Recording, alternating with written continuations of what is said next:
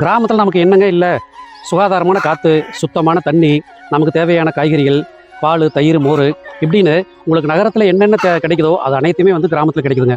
கிராமத்திலேயே பிறந்து கிராமத்திலேயே வளர்ந்து ஒரு நகரத்துக்கு வந்து வேலை விஷயமா வந்து ஒரு நகரத்துக்கு போய் அங்கே போய் நம்ம செட்டில் ஆகிட்டோம் அப்படின்னா, பெரும்பாலான ஆட்கள் என்ன செய்கிறாங்க அப்படின்னா, அவங்க பிறந்து வளர்ந்த அந்த கிராமத்துக்கு வந்து பார்க்குறது, அந்த கிராமத்து மேலே உள்ள அந்த பற்றை வந்து மறந்துடுறாங்க.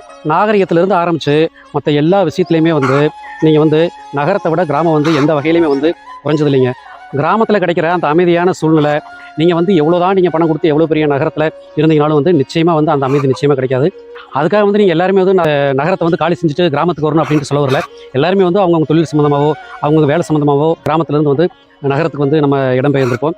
ஆனால் நம்ம பிறந்து வளர்ந்த அந்த கிராமத்தை வந்து என்றைக்குமே நம்ம மறக்கக்கூடாதுங்க. நம்மளால் எப்பப்போ முடியுதோ அப்போல்லாம் வந்து நம்மளுடைய கலாச்சாரம் சார்ந்த நிகழ்வுகளில் வந்து அப்பப்போ கலந்துக்கிட்டு நம்மளோட கிராமத்தோட இருக்கிற நம்மளோட அந்த பற்றை வந்து என்றைக்குமே வந்து நம்ம வந்து துண்டிச்சிக்கக்கூடாது. அதே மாதிரி குழந்தைகளுக்கும் வந்து கிராமத்தோட பெருமையை சொல்லிக் கொடுக்கணுங்க. கண்டிப்பாக என்னதான் நம்ம வந்து கிராமத்தில் பிறந்து கிராமத்தில் இருந்து நம்ம வந்து நகரத்துக்கு போயிருந்தாலும் இன்றைக்கி இருக்கிற குழந்தை எல்லாமே வந்து பெரும்பாலும் வந்து நகரத்திலேயே பிறந்து நகரத்திலேயே வளர்ந்துட்டு இருக்காங்க.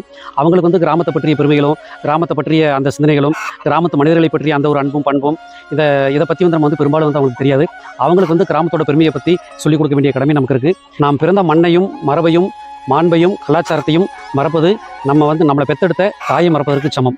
அதனால் நீங்கள் வந்து என்னதான் எவ்வளோ பெரிய இடத்துல இருந்தாலும் சரி, நீங்கள் எவ்வளோ பெரிய நகரத்தில் வாழ்ந்தாலும் சரி, எவ்வளோ பெரிய நாட்டில் வாழ்ந்தாலும் சரி, நீங்கள் பிறந்து வளர்ந்த மண்ணை மறக்காதீங்க. குறிப்பாக நீங்கள் பிறந்து வளர்ந்த அந்த கிராமத்தை மறக்காதீங்க. என்றைக்குமே வந்து உங்களுடைய நகர வாழ்க்கையோ இல்லை உங்களுடைய வெளிநாட்டு வாழ்க்கையோ இதெல்லாம் வந்து என்னைக்காவது உங்களுக்கு கை கொடுக்காம போனாலுமே கூட பிறந்து வளர்ந்த அந்த கிராமம் நிச்சயம் உங்களுக்கு வந்து சோறுபடும், நிச்சயம் உங்களுக்கு வாழ்வு கொடுக்கும்.